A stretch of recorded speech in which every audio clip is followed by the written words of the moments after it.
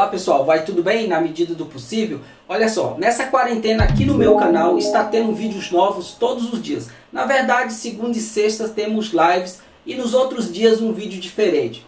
Quero te avisar também para você clicar na descrição desse vídeo e conhecer meus cursos profissionalizantes, 100% online. Ar-condicionado, instalação e manutenção, elétrica predial e residencial e também comandos elétricos. Para quem está precisando de uma nova profissão onde você possa ganhar dinheiro rápido para superar essa crise, com certeza um deles poderá ser a solução para os seus problemas financeiros. No vídeo de hoje eu irei tirar as dúvidas de algumas pessoas que estão com dificuldades e até mesmo tendo sérios problemas nas instalações elétricas de suas residências. Na verdade, essas dúvidas foram deixadas no meu perfil lá no site Habitismo, que, diga-se de passagem, para mim, nos últimos 3 anos, tem feito toda a diferença na conquista de novos clientes. O site Habitismo, para quem não conhece, é um site de anúncios pagos, onde autônomos, empresas e prestadores de serviço e materiais em geral pode contratar pacote de serviços por lá. Para conhecer melhor, acesse www.habitismo.com.br. Dito isso, agora bora para o conteúdo. Bom pessoal, eu selecionei aqui algumas questões, alguns pedidos de ajuda, na verdade são 3, que 2 aqui, como se diz, a gente vai matar 2 coelhos com uma cajadada só. Um deles é o Augusto, Renan Augusto, ele diz o seguinte: na minha casa tem uma instalação muito antiga, inclusive a foto está aí, vocês estão vendo, é uma instalação monofásica. Ele não fala se é 127 ou 220. E ele diz o seguinte: na minha casa tem uma instalação muito antiga, monofásica, que serve para tudo. Tem 3 fios que atende chuveiro, atende chuveiro, atende iluminação, atende lavanderia, atende cozinha, enfim. É aquela famosa instalação espinha de peixe, que o pessoal costumava levar 3 fios até o final da residência e saía distribuindo para tudo. Ele está dizendo aqui que ele está reestruturando a instalação elétrica aos poucos. Comprou um chuveiro de 5.500 watts, mas mesmo assim um disjuntor de 40 amperes está desarmando. E ele gostaria de entender por que, já que ele levou um segundo circuito só para o chuveiro, tinha apenas um, e levou um segundo de 6 mm só para o chuveiro e colocou um disjuntor aqui de 40 amperes e mesmo assim está desarmando. Na verdade é o seguinte, o que ele quer dizer é que no geral ele já tinha um disjuntor que é NEMA, aqueles disjuntor preto, ultra, de 40 amperes. E aí ele levou um circuito de 6 mm lá para o chuveiro e colocou um disjuntor unipolar, porque lá rede monofásica. E ele alega que o disjuntor de 40 está desarmando e ele gostaria de entender o que está acontecendo. Bom, seguinte, ele não explicou se esse chuveiro, ele não explicou se a rede dele é monofásica 127 ou 220. Então eu vou estar mostrando aqui no quadro algumas considerações, alguns cálculos, para poder tentar ajudar o nosso amigo da melhor forma possível. Bom, então pessoal, eu coloquei aqui no quadro 2 situações que pode estar justificando o desligamento desse disjuntor. Ele também não fala se é o disjuntor geral, que ele tem lá, que é de 40 amperes. Na verdade eu coloquei errado aqui, deixa eu corrigir. Aí, o geral não é, de acordo com a foto que a gente está vendo aí, o geral que já tem lá não é de 50, é de 40, até porque ele relata que tem um fio de 6 mm que sai do medidor, É uma entrada monofásica. Então a situação 1. Situação 1. Chuveiro de 5.500 watts em 220, que daria 25 amperes, Então nesse caso aqui ele ainda teria aí 15 amperes de saldo, para estar utilizando com os outros equipamentos da casa. Dependendo do padrão da casa, da quantidade de pessoas, tranquilamente daria para se virar com isso daí. Agora a situação 2, acaso esse chuveiro de 5.500 watts seja 127, aí já muda, Como ele não relata se a entrada de energia dele é monofásica 220 ou 127, porque se for em 127, aí já vai dar 43 amperes, ou seja, ele já estaria com 3 amperes negativo aí no saldo total dele, né? Seja como for, eu vou estar lendo aqui o outro relato que o outro rapaz deixou e no final deixar aí uma sugestão, né, de uma solução que poderia ser adotada tanto um como também pelo outro, né? Como eu já falei, são duas situações, problemas que basicamente teria a mesma solução. Bom, o outro relato, pessoal, é do Fábio Vinícius, né? Ele mandou a foto de um quadro, né? Essa mesma que está aí, e está perguntando se esse quadro está correto, né? Que é até o título desse vídeo. Porque ele diz o seguinte, que a casa dele tem 5 cômodos, já incluindo o banheiro, né? E ele tem um chuveiro de 7.800 watts. Tá? Tem 35 pontos de tomada, né? Tomada de uso geral, incluindo uma 220 que tem na lavanderia. E inclusive tem 10 pontos de iluminação, né? 10 pontos de luz. Né? Deve ser LED ou fluorescente, compacta. Tá? Isso não pesa muito.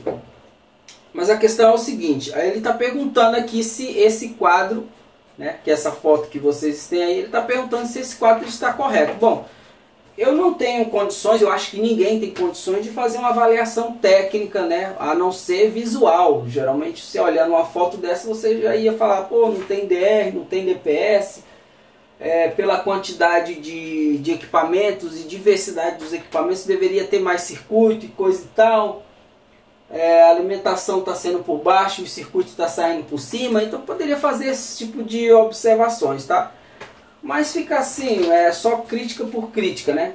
Então o que eu vou fazer? Tanto para este caso anterior, que eu já falei do rapaz da entrada monofásica, quanto para este de agora, né, que é do Fábio Vinícius, eu vou deixar aqui, né, uma sugestão que serviria para os dois, tá? Uma adequação elétrica de acordo com a NBR 5410, que seria o básico.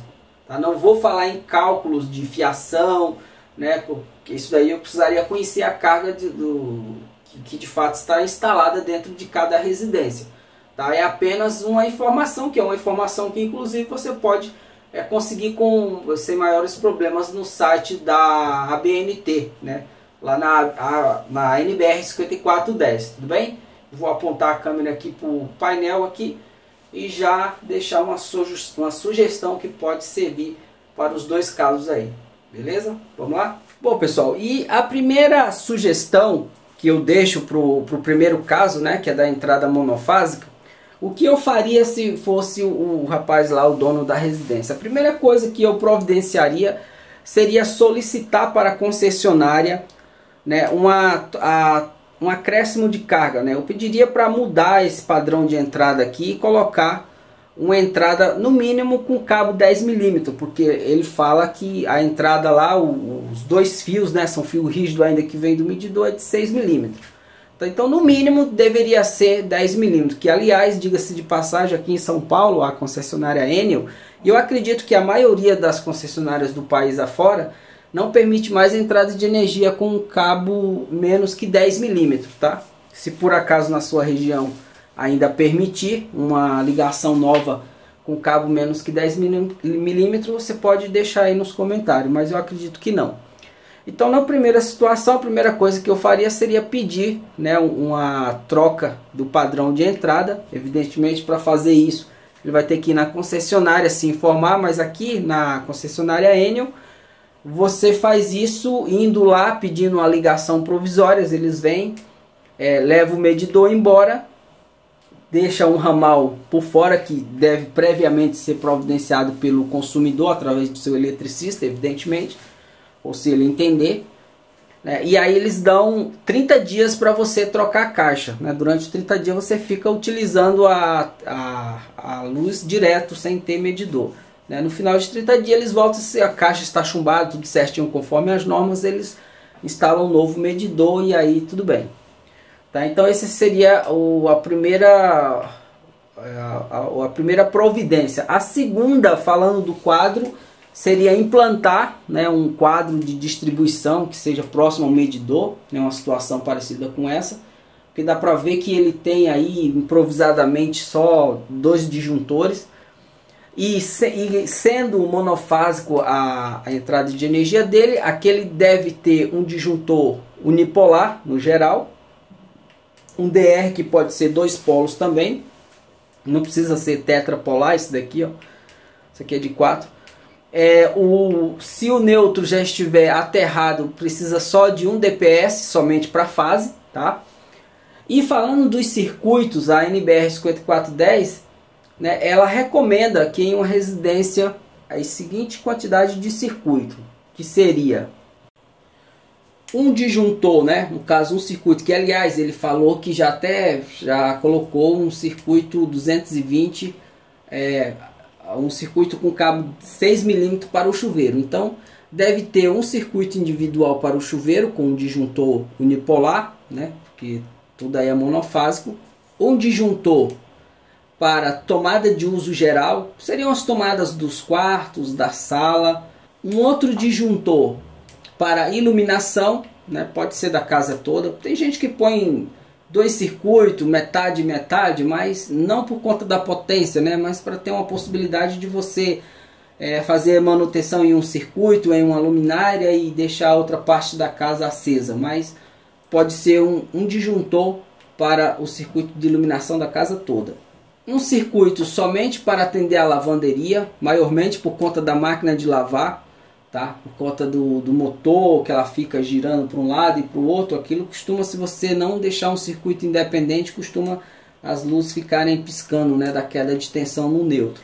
Se tiver, é necessário ter um circuito só para micro-ondas, e eu deixaria também um circuito exclusivo só para a cozinha. Então, tanto para os 2 casos, tanto para esse primeiro quanto o próximo, que o outro caso que eu já li, tá, a solução seria essa daqui: um circuito para o chuveiro, outro para as tomadas de uso geral, um para a iluminação, um para forno micro-ondas, um para a lavanderia e outro para as tomadas da cozinha. Tudo bem? E esse, no caso, sendo monofásico, todos os disjuntores são unipolares. No caso, se algum deles for bifásico, né, for fase-fase, no caso do chuveiro vai ter que ter um disjuntor bipolar como esse daqui, ó. Bom, galera, então é isso. Espero ter ajudado.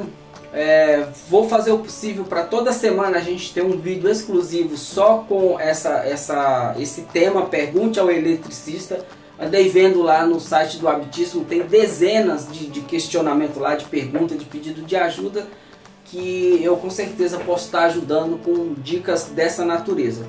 Eletricidade não deve ser manipulada por quem não entende, exige muito conhecimento teórico. Então eu sugiro a todos que pedem ajuda nas redes sociais, nos grupos de eletricista, nos canais no YouTube, que é importante você ficar por dentro do assunto, né? Mesmo que teoricamente, mas sempre contrate um profissional qualificado para executar as suas instalações elétricas, tudo bem? Só puxar 2 fios e fazer um chuveiro funcionar, um bico de luz, não faz da pessoa um profissional na elétrica. A eletricidade exige muito mais do que isso, tá? Muitas das vezes a pessoa exagera, coloca um fio grosso demais, que geralmente quem não tem muito conhecimento teórico, né, é grosso, é fino, então geralmente exagera, né, mas muitas das vezes o barato sai caro, né, porque a conta de luz muitas das vezes pode vir bem mais cara, exagera no circuito, mas subdimensiona em outro, e sem falar também a distribuição da fiação, o modo que foi feito pode causar curto-circuito futuramente e trazer um prejuízo muito maior. Tudo bem?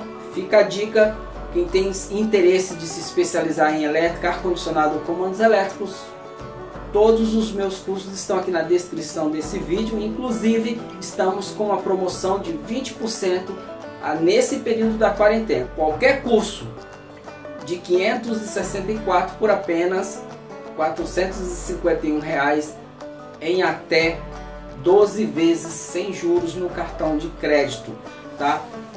Passo a passo vou te falar agora. Basta acessar esse site e lá em Comece Agora, clica na descrição onde que está perguntando se você tem um cupom, e aí você escreve a palavra quarentena. Tá? Depois de escolher a forma de pagamento, se é por boleto ou cartão de crédito, você vai perceber que o valor já vai estar com 20% a menos do que o valor original, mas é só agora na quarentena. Portanto, se você tiver interesse para uso próprio ou para trabalhar profissionalmente, os cursos estão aí à disposição. Tudo bem? Obrigado, até a próxima.